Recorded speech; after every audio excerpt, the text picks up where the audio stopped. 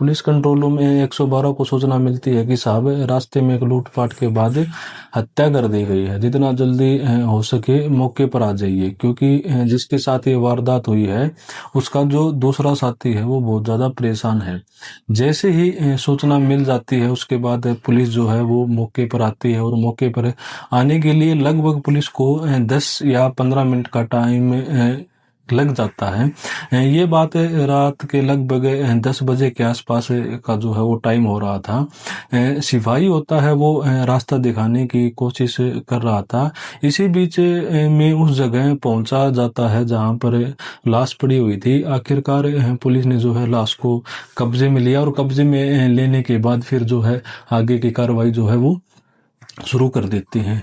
जो सिपाही था, जो रास्ता दिखा रहा था, उस सिपाही ने कहा कि साहब अगर आपको एतराज न हो तो मैं जो है कुछ आपको बताना चाहता हूँ। ऐसा लग रहा है कि मौका वारदात को देखते हुए जैसे क्या इस घटनाक्रम को या तो किसी एक व्यक्ति ने या फिर अधिकतम 2 व्यक्ति ने इस घटनाक्रम को जो है अंजाम दिया है। पहले पूछते हैं कि इस के पीछे वजह क्या है। कि साहब मैं देख रहा था कि पैरों के निशान हैं जो हैं वो बहुत ज़्यादा लोगों के हैं नहीं। मैंने बहुत बारीकी से देखने की कोशिश की है। इसी बीच में वो बताता है कि साहब मुझे मौके पर सर्जिकल ग्लव्स भी मिले हैं, और वहाँ पर सिर्फ एक ही ग्लव्स का इस्तेमाल किया गया है। ऐसा लग रहा है जैसे इसका हाल फिलहाल में ही यूज किया गया हो या इस्तेमाल किया गया हो। जैसे ही बड़े अधिकारी ये बात पता चलती है, पुलिस अधिकारी ने इस मामले की जो है जांच करना शुरू कर देती है। जिसने सूचना दी थी पुलिस फिर उसके पास पहुंच जाती है, और जाने के बाद उससे कहती है कि हमें एक सर्जिकल ग्लव्स का इस्तेमाल किया गया था जो हमें मिला है, और वो इसलिए किया गया था ताकि उस पर फिंगरप्रिंट ना आ सके। इसलिए हमने उस सर्जिकल ग्लव्स को जो है हम उल्टा करके फोरेंसिक लैब भेजेंगे और उसकी जांच कराएंगे। उसकी जांच बारीकी से बारीक हिस्से की पड़ताल करेंगे। हो सकता है कि उसमें कातिल के हाथों के जो निशान हो अंदर की साइड आ जाए, फिंगरप्रिंट जो है वो अंदर की साइड आ जाएंगे। जैसे ही सामने वाले को ये बात बताई जाती थी वो एकदम से घबराने लगता, परेशान होने लगता। तभी पुलिस ने एक तुक्का मारा, उसको देखकर कहा कि हो सकता है कि तुम्हें बहुत सारी जानकारी हो, या अगर पुलिस अपने हिसाब से काम करेगी तो तुम्हारे लिए बड़ी मुसीबतें खड़ी हो सकती हैं। इसलिए अगर तुम सच बताओगे तो तुम्हें दिक्कत कम होगी, तुम्हारे लिए परेशानी जो है वो कम होगी। पुलिस ने ऐसे ही बात की थी। उन्होंने सिर्फ अंधेरे में तीर चलाया था। वो तीर जो है जाकर एकदम सटीक निशाने पर लग जाता है। कातिल पुलिस के सामने ही बैठा हुआ था। अब तक कातिल ही पुलिस की मदद कर रहा था कातिल को ढूंढवाने में, लेकिन पुलिस नहीं जानती थी कि जो सिर्फ मदद कर रहा है वो सिर्फ नाटक कर रहा है, असली का कातिल वही है।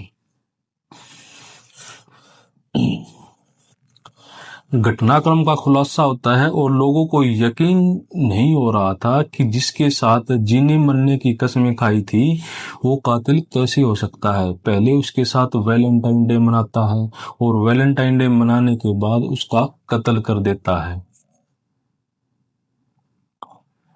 नमस्कार, मैं हूं अमित कुमार। आज की जो सच्ची घटना आपको सुनाने जा रहा हूं ये हरियाणा प्रदेश का जिला झज्जर लगता है, और झज्जर में ही एक इलाका है बादली। बादली इलाके में झज्जर बादली रोड पर ये पहाड़सोर जगह लगती है। यहाँ के पास एक व्यक्ति 15 फरवरी 2026 की रात लगभग 10 बजे के आसपास का वक्त हो रहा था। वो रोड पर खड़ा है और रोड आते जाते जो वाहनों को रुकवाने की कोशिश कर रहा था।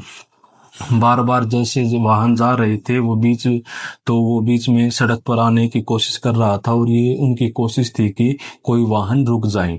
लेकिन लोग डरे हुए थे। इतनी रात में वाहन जो रोकने की कोशिश की जा रही थी, उन्हें लग रहा था कि शायद कोई लुटेरा होगा, लूट की घटना को अंजाम देने के लिए वाहनों को रुकवाने की कोशिश कर रहा है। ऐसे वाहन जा रहे थे और आ रहे थे, लेकिन उसने हिम्मत नहीं हारी और वो जाकर सीधा रोड पर खड़ा हो जाता है। कहता है कि जब तक वाहन नहीं रुकेगा वो नहीं उठेगा। आखिरकार एक वाहन आता है, वो रुकता है। रुकने के बाद उससे पूछता है, क्या बात है, तुमने लोगों को क्यों परेशान किया हुआ है, क्यों रास्ते पर खड़े हो? वो कहता है कि साहब मुझे आपकी मदद चाहिए। हाथ जोड़ते हुए, गिड़गिड़ाते हुए, रोते हुए, चीखते हुए, चिल्लाते हुए कहता है कि साहब मेरे साथ लूट की वारदात हो गई है, घटना हो गई है और वो बदमाश मेरी बीवी को उठाकर ले गए हैं। जैसे ही व्यक्ति बात सुनता है वो थोड़ा घबरा जाता है, क्योंकि रात में वो भी अगर जंगल की तरफ जाएगा, उसे लग रहा था कहीं ऐसा ना हो कि सचमुच में बदमाश हो और उसको भी परेशान न कर दे यहाँ, या फिर उनके साथ लूटपाट न कर ले। आखिरकार उसने हिम्मत जुटाई और हिम्मत जुटाने के बाद कहा कि मैं अपने वाहन को थोड़ा साइड में लगाता हूँ। साइड से लगाने के बाद फिर तुम्हारी जो भी मदद बन पड़ेगी वो मदद मैं करूंगा। जैसे वह वाहन को साइड में लगा रहा था, मौका देखते ही 112 कंट्रोल रूम को फोन कर देता है और पुलिस कंट्रोल रूम को फोन करके कहता है कि साहब यहाँ एक लूट की वारदात हुई है और यह है इलाका झज्जर बादली रोड का इलाका है, यहाँ पर 500 जगह लगती है, आप पुलिस को जितना जल्दी हो सके वहां भेज दीजिए। जैसी सूचना मिलती है पुलिस मौके पर आती है। मौके पर आने के बाद वहाँ यहाँ दो व्यक्ति होते हैं, उन दोनों व्यक्तियों के साथ वो पुलिस वाले जो पीसीआर वाले होते हैं वो, और साथ में ही जो नज़दीक पुलिस स्टेशन की टीम और उच्च अधिकारी जो है वो भी अब मौके पर पहुंचने लगते हैं। और यहाँ आने के बाद फिर ये देखने की कोशिश कर रही थी कि क्या है क्या नहीं। जाकर देखा जाता है, देखने के बाद फिर पता किया जाता है कि एक जो व्यक्ति है उस व्यक्ति के शरीर पर कई जगह चोट के निशान होते हैं, उन्हें कई जगह पर खून लगे हुए थे, और साथ ही जो उसकी पत्नी है बताता है कि मेरी पत्नी को बदमाश ले गए हैं। जैसे जैसे रास्ता बताया जा रहा था पुलिस उस वाले उसके पीछे पीछे चल रहे थे। और इसी बीच देखा जाता है कि जो एक रजवा है, रजवा में उसकी पत्नी पड़ी हुई थी और वो खून से लथपथ थी। उसने जब पास आकर देखा जाता और चेक किया जाता है तो वो मर चुकी थी। आखिरकार पुलिस ने उसे लाश को जो है अपने कब्जे में लिया और कब्जे में लेने के बाद पोस्टमार्टम के लिए उसको भेज दिया। साथ ही अपने जो उच्च अधिकारी हैं उनको सूचना दे दी। जब उनको सूचना दी जाती है तो वो भी उच्च अधिकारी जो है वो भी फिर मौके पर पहुंचते हैं। फिर जो अधिकारी है वो पूछताछ शुरू करते हैं। जिस व्यक्ति ने ये सूचना दी थी वो एक ड्राइवर होता है जो रास्ते से गुजर रहा था, लेकिन उसको रोकने वाला व्यक्ति होता है वो होता है अंशुल धवन, जो कि पेशे से एक सीए होता है। उससे पूछा जाता है तो उसकी पत्नी, जिसका नाम महक कथुरिया होता है, जिसकी उम्र लगभग 26 साल के आसपास होती है, उसकी पत्नी जो है एचडीएफसी बैंक के गुरुग्राम के अंदर ही डिप्टी मैनेजर होती है। वो कहता है कि हम जा रहे थे, आराम से हंसी खुशी जा रहे थे, रास्ते में बातचीत कर रहे थे और इसी बीच हमारे पीछे जो है एक गाड़ी लग जाती है। वो गाड़ी जो है लगातार हमारा पीछा कर रही थी। हमने बचने की तमाम कोशिश की लेकिन गाड़ी ने ओवरटेक किया, और ओवरटेक करने के बाद जो है झज्जर बादली मार्ग पर हमने देखा कि एक कच्चा रास्ता है। उससे बचने की कोशिश की। हम कच्चे रास्ते की तरफ लगभग 100 मीटर के आसपास पहुंच जाते हैं। बदमाशों ने उनके साथ भी मारपीट करना शुरू कर दिया। उसकी पत्नी की जो जेवरात उसने पहने हुए थे उन जेवरात को उतारने की कोशिश कर रहे थे। पत्नी विरोध कर रही थी। जैसे जैसे पत्नी विरोध कर रही है वैसे ही उनके साथ ज्यादा मारपीट कर रहे थे, और इसी बीच में उन्होंने जो है उसकी हत्या करके कत्ल कर दिया। और वो जेवरात अपने साथ ले जाते हैं। इस तरह की जो बात थी वो पुलिस वालों ने सुनी। पुलिस ने उसे तसल्ली दी कि आप बिल्कुल भी परेशान होने की जरूरत नहीं है, पुलिस जो है अपना काम करेगी, तुम घबराओ मत। अब जो ये सी होता है अंशुल, इसने घबराते हुए डरते हुए अपने पिता रमेश धवन, जो हिसार में रहते हैं, फोन किया। जो हिसार के 14 सेक्टर में रहने वाले थे। उसने पिताजी से कहता है कि पिताजी हमारे साथ जो है लूट की वारदात हो गई है और मेरी पत्नी की हत्या कर दी गई है। जैसे ही सूचना वो अपने पिताजी को देता है, उसके पिता ने अपने समधी को, यानी कि महक कथुरिया होती है, उसके पिता किशन कथुरिया को सूचना देते हैं कि कहते हैं कि बेटी की हत्या हो गई है। हम रास्ते में जा रहे थे और बदमाशों ने गाड़ी रोक ली। गाड़ी रोकने के बाद उसका कत्ल कर दिया गया।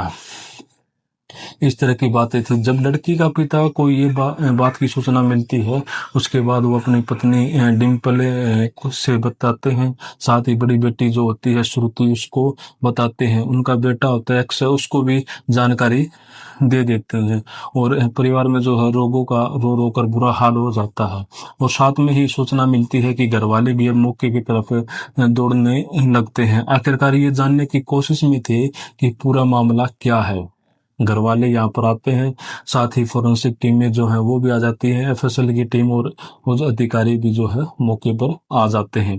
इस मामले की जांच पड़ताल करना शुरू करते हैं।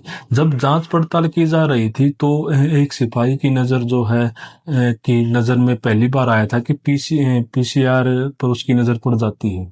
उसने कुछ बताया अपने उस अधिकारी को कि जब हम पहली बार आए थे तो ऐसा लग रहा था कि पैरों को निशान को देखते हुए जैसे यहाँ पर एक या दो व्यक्ति ही रहे होंगे, क्योंकि ज्यादा नहीं थे। इसलिए इस वारदात को अंजाम देने वाले ज्यादा लोग नहीं थे। ऐसे ही उसने अपने उस अधिकारी को ये बात बता दी।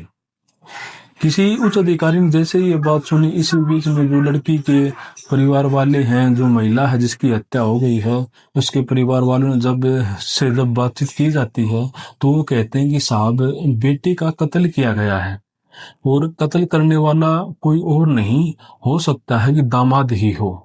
उसने ही कत्ल किया है, हमें पूरा पूरा शक जो है वो उसी पर है। लेकिन कोई झगड़ा नहीं, कोई फसाद नहीं मियाँ बीबी के बीच में। लेकिन उन्होंने किस हिसाब से कहा था, पुलिस वाले भी ये समझने की मैं थोड़ा सा आश्चर्य हो रहा था। इसी बीच में जब बताया जाता है तो 25 सितंबर 2025 को इनकी शादी होती है। यह अरेंज मैरिज थी, धूमधाम से शादी होती है। शादी को महज 5 महीने का ही वक्त हुआ था, लेकिन 5 महीने में एक बार भी ना कोई झगड़ा था, ना कोई फसाद था। सब कुछ जिंदगी में ठीक ठाक चल रहा था। जो लड़का है अंशुल, वो पेशे से सीए है और उसकी जो पत्नी है वो बैंक में डिप्टी मैनेजर है। उसके बावजूद भी कत्ल क्यों किया गया? जब घर वालों से पूछा जाता है तो कोई ठोस वजह नहीं बताते, लेकिन जो मौके पर ग्लव्स मिला था, उस ग्लव्स के हिसाब से ही पुलिस ने एक तुक्का मारा। उन्होंने कहा कि इसमें कातिल के निशान होंगे, जो इसमें बाहर तो निशान नहीं आए होंगे, लेकिन अंदर की साइड में निशान होंगे। जब इस तरह की बातें थी तो वो सामने वाला व्यक्ति यानी उसका जो पति होता है अंशुल, थोड़ा घबरा जाता है। पुलिस वाले उससे फिर अपने तरीके से बातचीत करना शुरू कर देते हैं। जब वह अपने तरीके से बातचीत करना शुरू कर देते हैं, तब उसने बताया कि उसकी पत्नी देखने में तो खूबसूरत है ही, उसमें कोई डाउट नहीं था। 25 सितंबर 2025 को उनकी शादी हो जाती है। लेकिन जब जब वो अपने घर पे आता, तब वो अपने जो है पत्नी को अपने कलीग के साथ बातचीत बड़े हंस के बातचीत करता हुआ देखा करता था। उसको इस बात पर थोड़ा अजीब लगता। उसने उसको कई बार रोका टोका भी, तुम ऐसे क्यों बात करती हो? पत्नी कहती कि मैं भी अपना काम करती हूँ जैसे तुम काम करते हो। तभी उसके दिमाग में ये बात जो है वो घर कर जाती है कि जो उसकी पत्नी है, उसका जो चरित्र है वह ठीक नहीं है, वो करेक्टर की खराब है। उसका जरूर कहीं ना कहीं अफेयर रहा होगा। जब जब अपनी पत्नी को रोकता टोकता, पत्नी जो अपने काम कर रही थी, साल 2020 में वो बैंक में मैनेजर बताई जा रही थी, डिप्टी मैनेजर तब से वो काम कर रही थी। उसका स्वभाव ही अच्छा था। जिस व्यक्ति के साथ उसका मिलना जुलना था, परिवार हो रिश्तेदार हो, सभी ने उसके स्वभाव की और व्यवहार की बहुत ज़्यादा तारीफ की। लेकिन वो व्यवहार और वो स्वभाव उसके पति को अच्छा नहीं लग रहा था। वो ही व्यवहार, उसका स्वभाव उसको चरित्रहीनता की ओर इशारा कर रहा था। उसमें कोई दम था या नहीं था ये तो खैर पता नहीं, लेकिन उसने अपनी पत्नी को रोकने की कोशिश की और तभी उसने प्लान बनाया कि चलो गुरुग्राम से अपने गांव चलते हैं। 14 फरवरी 2026 को जब ये गुरुग्राम से सीधा हिसार पहुंचते हैं, एक रात वहां रुकते हैं। उसके बाद फिर अगले दिन यानी कि 15 तारीख को ये शाम 7 बजे के आसपास अपने घर से निकलते हैं। रास्ते में अपने ससुराल में थोड़ा वक्त देते हैं, 10 से 15 मिनट के आसपास, और उसके बाद कहते हैं कि हम गुरुग्राम की तरफ जा रहे हैं। एक पूरी कहानी तैयार करता है। पत्नी से कहासुनी हो जाती है और जब कहासुनी होती है तो उसने गाड़ी के अंदर ही अपनी पत्नी को पीटना शुरू कर देता है। पत्नी ने विरोध किया तो जो विरोध कर रही थी तो उसकी पत्नी को और ज़्यादा पीटना शुरू कर देता है। ये बादली और झज्जर मार्ग होता है, वहीं पर एक जगह लगती है, उससे थोड़ा सा रोड यानी कि मेन रोड से लगभग 100 मीटर के आसपास गाड़ी को नीचे उतार देता है। उतारने के बाद वो अपनी पत्नी को बाहर खींचता है और खींचने के बाद उसका गला घोटकर उसकी हत्या कर देता है। जब उसकी हत्या कर रहा था तो इसी बीच में उसने सर्जिकल ग्लव्स खुद पहने हुए थे ताकि उसके जो फिंगरप्रिंट है कहीं पर न आए, न गले पे आए, न किसी और जगह पे आए। इसी बीच में वो अपनी पत्नी को हर हाल में मारना ही चाहता था। उसे लग रहा था कि अगर गला दबाऊंगा तो हो सकता है कि उसकी मौत ना हो, और तब उसने एक कैंची ली और कैंची लेने के बाद अपनी पत्नी का जो गला होता है उसकी नस को काट देता है, जिससे क्या बहुत ज़्यादा ब्लड बहने लगता है। वो बॉडी को उठाने के बाद वहाँ फेंकता है और साथ ही जो उसकी बॉडी पर जितनी भी ज्वेलरी होती है उस ज्वेलरी को उतारता है और उसको भी रजवाहे में इधर उधर फेंक देता है ताकि ये पूरा घटनाक्रम एक लूट का घटनाक्रम लगे। और उसने अपने शरीर पर भी कई हिस्सों में अलग अलग चोट पहुंचाने की कोशिश की। जब उन्हें पूरा इत्मीनान हो गया कि यह मर चुकी है कि फिर वो वहां से निकलता और सीधा मेन रोड पर जाता है और मेन रोड पर जाके खड़ा हो जाता है। वहां खड़ा होने के बाद आते जाते वाहनों को रोकने की कोशिश करता है। आखिरकार एक वाहन वाला ने हिम्मत जुटाई, वो रुक जाता है और रुकने के बाद पूरी कहानी आगे तक पहुंचती है। फिलहाल पुलिस के सामने ये बात सामने आती है कि उसने अपने जुर्म को कबूल कर लिया है और उस जुर्म के पीछे की वजह उसने बताई है कि मेरी पत्नी का जो चरित्र था वो ठीक नहीं था और अभी ये साबित नहीं हो पाया। हालांकि पुलिस इन सब चीज़ों को हर पहलू की पड़ताल करने के लिए कर रही है कि उसका पति है उसकी कॉल डिटेल भी निकाली जा रही है और साथ में जो उसकी पत्नी होती है उसकी भी कॉल डिटेल निकाली जा रही है कि क्या वाकई में किसी से उसका चरित्र से कुछ संबंध है भी, या फिर वैसे ही ये कहानी बनाई जा रही है, या फिर हो सकता है कि कहानी कुछ और हो। पुलिस के सामने जब पुलिस ने पहली बार उसे पूछा था तो उसने किसी अधिकारी के सामने कुछ और बोला था, दूसरे अधिकारी के सामने उसने कुछ और बोला था, और जब ससुराल वाले आए थे तब उसके सामने उन्होंने कुछ और बोला था। पुलिस को यहाँ भी शक हो जाता है, लेकिन जो ग्लव्स वाली बात थी वो बिल्कुल पुख्ता सबूत हो जाता है कि पति ही इस घटनाक्रम में अकेला ही शामिल था और उसने जो ये काम है अकेले ने ही इस हत्याकांड को अंजाम दिया है। फिलहाल जो पुलिस जो है वो हर एक पहलू से जांच पड़ताल कर रही है और पुलिस ने आरोपी को जेल भेज दिया और साथ ही पुलिस कोशिश कर रही है कि कम से कम समय में चार्जशीट लगने के बाद आरोपी को सजा दिलाई जाए। परिवार वालों का बहुत ज़्यादा आश्चर्य हो रहा है। वह महिला जिसकी 5 महीने पहले शादी हुई थी और वह 2 महीने की प्रेग्नेंट भी होती है, यह बात शायद उसके पति को बिल्कुल भी जानकारी नहीं थी।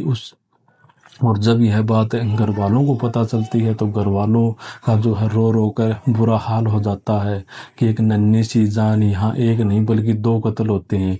इसलिए यह घटनाक्रम जैसे ही परिवार वालों को, खासकर अंशुल के परिवार वालों को यह बात पता चलती है तो उन्हें बहुत ज़्यादा आश्चर्य हो रहा था। कम से कम समय में चार्जशीट लगा कर आरोपी को जो है सजा दिलाने की कोशिश की जाएगी, जिससे कि एक संदेश जा सके कि बुरा काम करने वालों के साथ बुरा ही अंजाम होता है।